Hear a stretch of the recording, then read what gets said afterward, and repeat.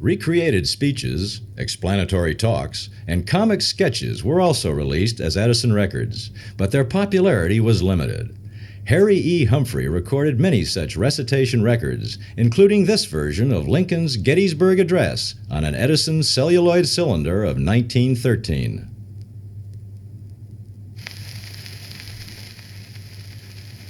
Fourscore and 7 years ago, our fathers brought forth on this continent a new nation, conceived in liberty and dedicated to the proposition that all men are created equal. Now we are engaged in a great civil war, testing whether that nation or any nation so conceived and so dedicated can long endure. We are met on a great battlefield of that war. We have come to dedicate a portion of that field as a final resting place for those who here gave their lives, that that nation might live. It is altogether fitting and proper that we should do this. But in a larger sense, we cannot dedicate, we cannot consecrate, we cannot hallow this ground. The brave men, living and dead, who struggled here, have consecrated it far above our poor power to add or detract.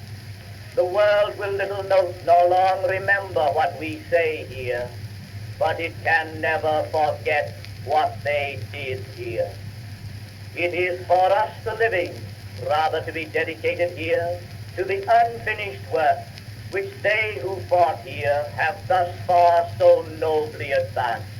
It is rather for us to be here dedicated to the great task remaining before us, that from these honored dead we take increased devotion to that cause for which they gave the last full measure of devotion, that we here highly resolve that these dead shall not have died in vain, that this nation under God shall have a new birth of freedom, and that government of the people, by the people, for the people, shall not perish from the earth.